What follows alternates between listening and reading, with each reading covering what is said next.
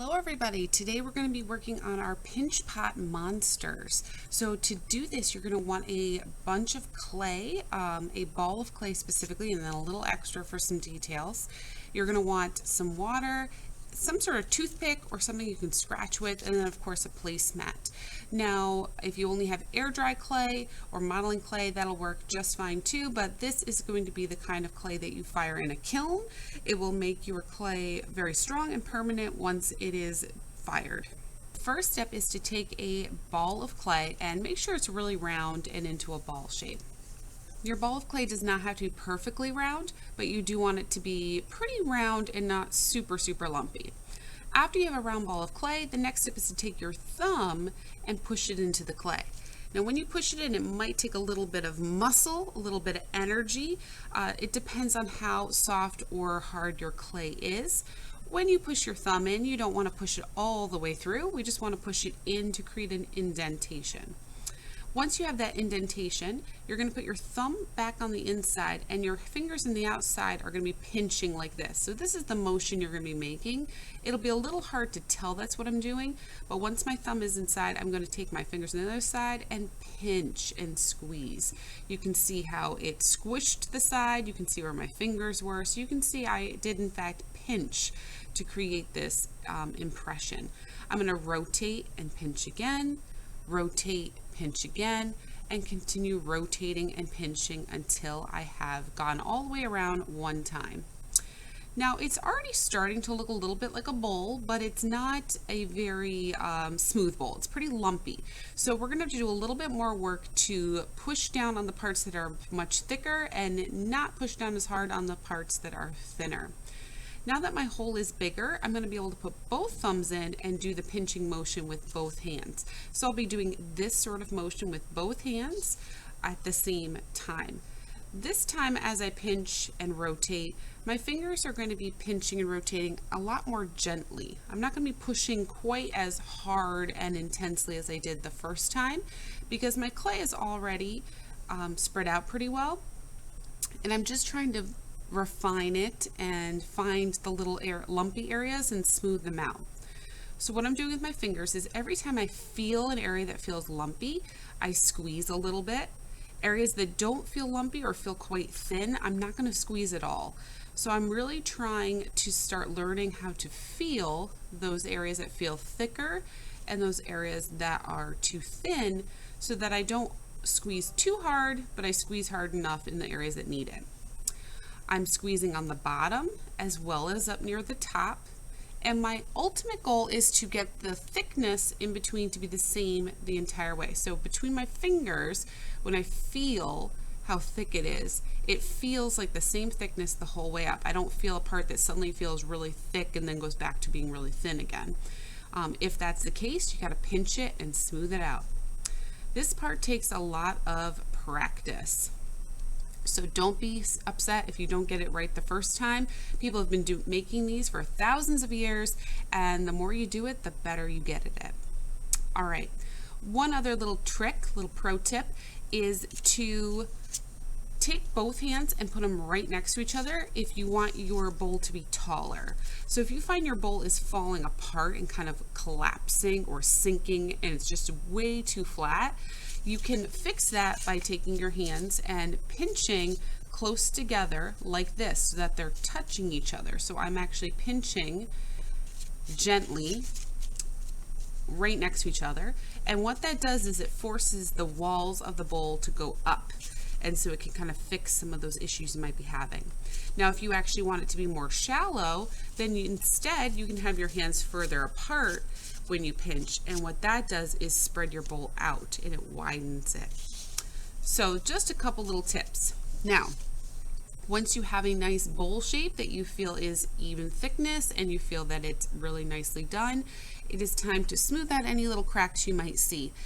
Mine has just a few minor little cracks, but you might find that yours has a lot more.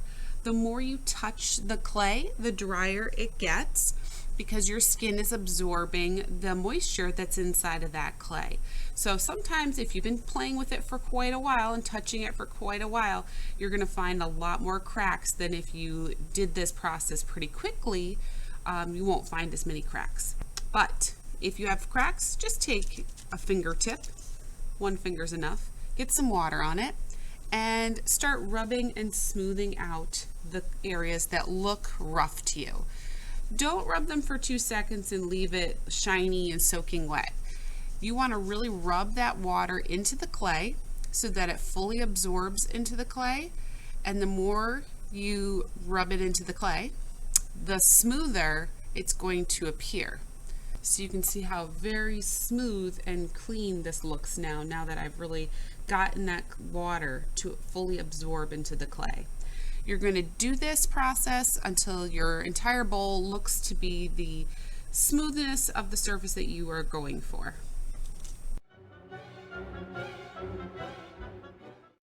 All right, once you have your bowl the shape and size that you want, it's now time to turn this into a monster.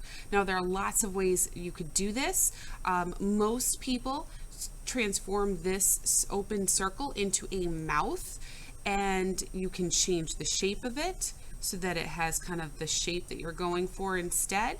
You could put some eyeballs or some other antennas sticking out of here, maybe some feet, some arms. Maybe even a tail or some wings to create your monster. Maybe instead you want your monster looking up at you, and maybe this could be his mouth, and you could put some teeth in here and maybe a tongue, maybe some little eyeballs so he lays on his back as he stares at you. Perhaps instead you want this to be the belly of your monster, and instead you want to add a head or some other kind of feature on here. The sky is the limit. Monsters are fantasy. They're not real, so you can add whatever features and details you want to make your monster personal and fun. So watch me as I work on my details and see how I'm attaching my pieces together. Remember, your process can look different than my process, but I'm going to show you my process and how I am working through this.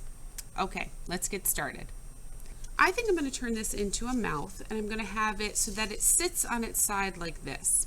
And I want my mouth to be kind of a funny shape, so I'm actually going to have it be one side is bigger and one side smaller. It's just something I've decided I want to do with my funny mouth. This is going to be the flat bottom, and I'm going to be putting some feet on there, I think. Maybe some arms, some eyes, some ears, who knows. So I know I definitely want some eyes on here, so I'm going to take some of my clay, and I'm going to roll it into 2 little balls to create eyeballs. Once I have my eyeballs ready, and again, you could do like maybe a set of 3 eyeballs or 2 or however many you want. I want to attach these eyeballs to the top here so it looks like he's got some eyes on top of his mouth space. Now if I just gently put them on like this, they're going to fall right off. They're not going to stick. So what I'm going to need to do is do something called slipping and scoring. So to make sure these really stick, you're going to have to score the surface. Scoring means to take your tool and scratch it into the surface to create texture and an indentation. So I'm going to do textures one direction, and I'm going to scratch the other direction. Think of it as a tic-tac-toe board, but lots of them stuck together. Now that I have my 2 textured surfaces exactly where I want to put my eyeballs, I have to add my second element, which is called slip. Slip is a liquidy, muddy clay, so I'll make some right now for you. Taking a little bit of clay and adding a lot of water to it, this substance right here in my fingers that is sort of sticky and slippery and looks a lot like mud, this is actually called slip. It's kind of like the glue for clay. So we're going to make some slip right on the spot by dipping our finger into the clay and tapping it into the scored area and gently swishing it around. This is creating a nice slippery muddy surface, again called slip. If when you put it on top of your score lines you feel like you can't see your score lines or they're not really there anymore, you can always reapply them after you've added the slip. Then you take your object that you're trying to attach, put it right on top of it and give it a little push, a little bit of pressure. You don't want to just gently place it on, you want to actually press it into place. Anytime you do any pressing, you want to make sure you hold the other side while you're pushing into it so you don't change the shape of what you're working on. And doing this is going to allow them to stay on really good. It creates a suction and it creates a really strong hold onto the surface. So this is the process you have to do whenever you want to attach anything. If it's a tiny little tooth or a tiny little eyeball inside of it, you've got to do the slipping and the scoring. It has to be done. If you don't do it, there's a strong chance things are going to fall apart. So I'm going to keep doing that slipping and scoring technique as I continue to add details to my monster.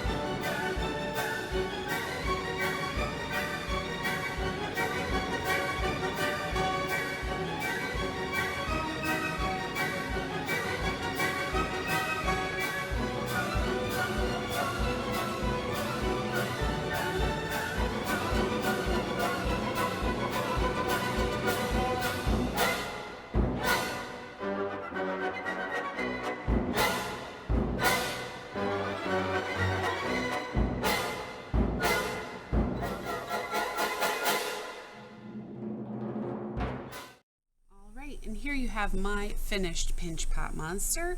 Every time I attached anything, I always scored it first and then added the water to create the slip. I decided to put a second little circle inside to create the pupil of the eyeballs. I added these sort of eyebrow type of shapes. You could also maybe flatten them more to make them look like eyelids. I added a few teeth, a funny long tongue, some ears, and two little squat little feet that I slipped and scored right onto the bottom. Again, you want to make sure that all of these parts are really stuck on by pushing and making sure that they're really pinched together strongly, in addition to using the slipping and scoring. When you've added all your parts, check out your monster, make sure it's shaped the way you want. So if it looks like it's collapsing a little bit, maybe reshape or return the direction of it. Just even by doing this, we create a really different sort of expression than if it's a lot squished down. It's going to have a different look to it. So feel free to play around with it until you get it the way you want. And the only thing left to do is let it dry and then either fire it in the kiln and paint it, or just let it completely air dry if it's just air dry clay to paint it afterwards. All right, let's move on to part 2 after it's dried and fired. Hello everyone. All right, our monster is out of the kiln. So I spent some time building out of clay. I put it in the kiln and I fired it. Remember, firing it means to bake it. So I have my monster out here. He is nice and hard and still breakable. If I drop him, it will break, so you still want to be careful. And we're ready to do painting. So before you start painting, you're definitely going to want a cup of water and some brushes and a placemat, and then whatever paint you're choosing to use. You can use watercolor, tempera, acrylic, or you can use what I'm going to be using today, which is Glaze. Glaze is a really special paint made just for ceramic pieces. It is made out of chemicals and minerals, and it changes once it gets heated up. So that's the really cool part. So this color is red. Now, to your eye, it might look kind of like a pale pink color, not really very red, but remember, it's made of chemicals and minerals. So after you paint your project, you put it back in the kiln again, and what happens is the glaze gets transformed with heat. Let me show you what this is going to turn out looking like.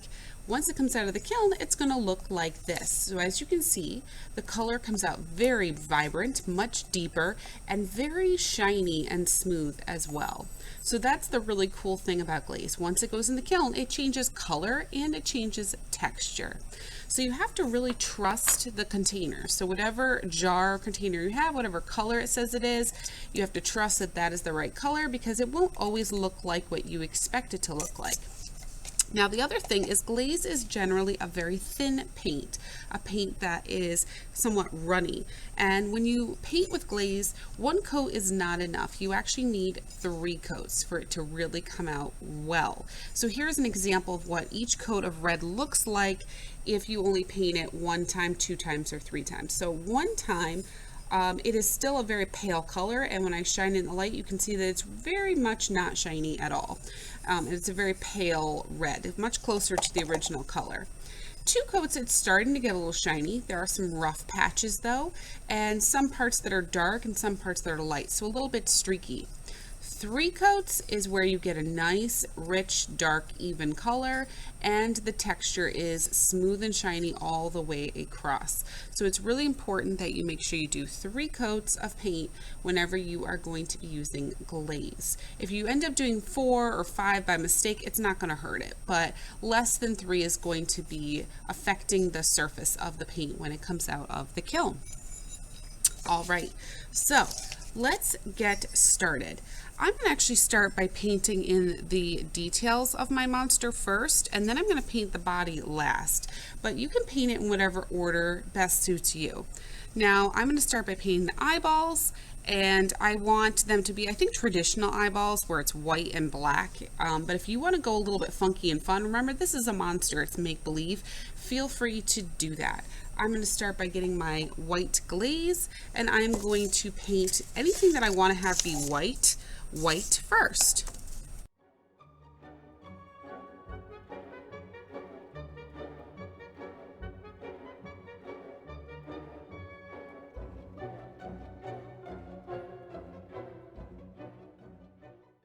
I already painted everything that I want to be white. Now I do get a lot of questions, why on earth am I going to paint things white when the clay itself is already white right now? Well, you could leave it white and just not paint it at all, but the problem is when it comes out of the kiln, this isn't going to suddenly become shiny. It's going to stay rough and dry just like it is. The only things that will be shiny are things that you put 3 coats of glaze on. So I want to make sure that everything's shiny. I even want my white parts to be shiny. So that's why I am spending the time painting the things that I want to be white, because they'll come out real shiny and a very bright, vibrant white, much brighter than the white of the clay as it is right now. Now you'll notice that the first coat of everything dries very fast. If I touch this, it's already dry, it's not getting on my fingers. So I am able to do my second coat right away. You might find after the second coat though that you're going to wait a little bit longer. Every time you do another coat of glaze, every coat afterwards takes a little bit longer to dry every single time. I do tell students to glaze with 1 color at a time. The reason being is that when you are glazing, it's very easy to forget how many times you've done one color and how many times you've done another color if you're switching back and forth a lot. So I say stick with 1 color, make sure you do that color 3 times before you move on to your next color. That way you are sure that you did it enough times and you don't have to worry about going back to anything later, and you're certain that you're going to get a really nice result. One last thing, you'll notice that sometimes I went outside of the lines of where I was trying to paint and I got some blobs all over the place. That is easily covered up with a darker color, or I can get a wet tissue or wet paper towel and I can always wash it off. Glaze is never permanent until it goes into the kiln. So if it gets on your clothes, your hands, or any other parts of your project, you can easily wash it off without any issues. Sometimes it might stain a tiny bit on the project, but it's easy to cover up again. Okay, I've been waiting for about another 30 seconds to a minute, and I'm ready to do my third and final layer of my white, and then I'm ready to move on to some other colors.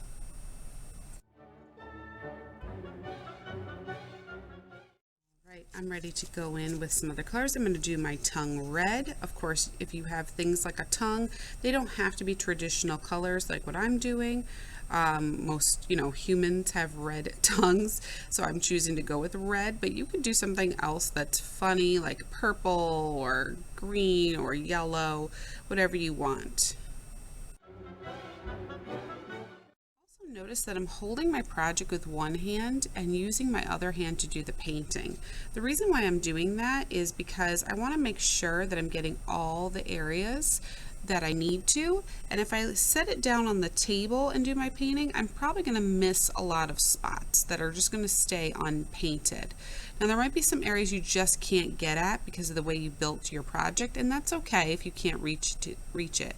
But I do want to make sure I'm getting as much as I can by tipping my project around so I can see different parts. Now the only part I want to tell you right now that you're not going to be painting is the very bottom of the project. So anything that sits on the table, we're not going to paint. So I'm not going to paint the bottom of the feet or the flat part of the bottom of the body right here.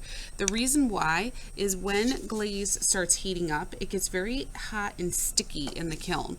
And then when it hardens, it stays in place. So if I paint the bottom and it's sitting on my kiln shelf, it's going to get hot and sticky and then get stuck to that kiln. So when I try to pull it off, it's not going to pull off easily unless I break it. So just be careful about not painting the bottom.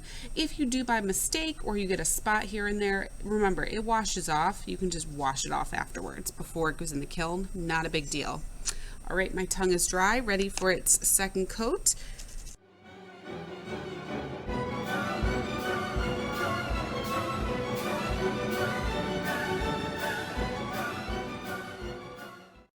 I'm ready to start doing some more details, finish the red, finish the white. I think I'm going to save black for the very, very end because black is a very powerful dark color and it can really affect a lot of other colors if I get black into something. So I'm just going to hold that off for the very end. So that means I'm going to instead use my colors for the body. I think I'm going to make a green body, but I think I'm going to add blue polka dots on top of it. So let me show you how you're going to do something like that. So if you want to do more than one color for an area, you have to use the first color you want to use first 3 times. And then after it's 100% totally dry, then you can do a second color on top. The reason being, we don't want to have 2 colors that are touching each other when they're both wet. If I paint with green and then while the green is still wet, I take my blue and start painting, I'm going to get green all over my brush and then get it back into this paint, and it's going to ruin and get the blue all muddy and yucky looking. So we don't want to do that. We want to do 1 color at a time, make sure everything is really clean and neat. So for detail areas, I'm going to be using a smaller brush, but for larger areas, I'm going to switch to a bigger brush.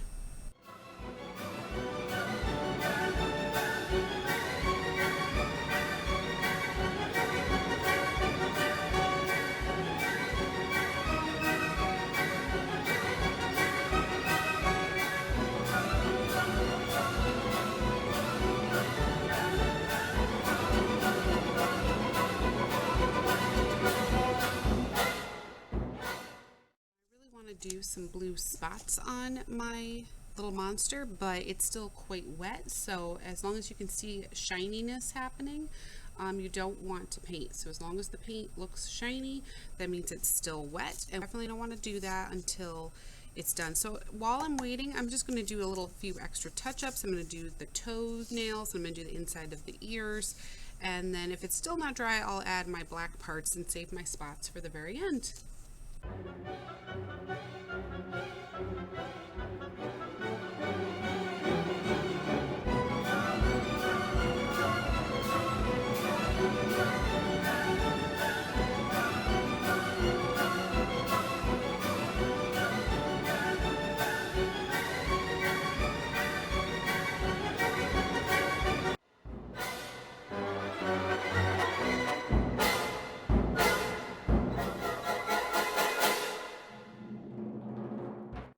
I did 3 coats of every single color. I tried to make sure I left no white spots because I wanted everything to be covered with paint and come out shiny. I tried to avoid painting the bottom. If I got a tiny little spot here or there, I'm not that worried about it, but I just didn't want to permanently paint on top of everything. So the last thing to do is to either let it dry and get ready to go in the kiln, or I can do a second color on top of the colors I've already done. So I'm going to be putting a few spots on my monster here, and I'm going to make sure my brush is clean and dry. And this is a common mistake a lot of people do. A lot of people will just do one time of doing something and leave it like that, but you actually have to do 3 coats just like you always did if you want it to show up. So doing it one time is not going to be quite enough. You do want to do it at least 2, maybe 3 times, especially if you find that you can still see through it. If you're putting a light color on top of a dark color, you're going to want to do even more coats of it because it definitely will need a little help showing up.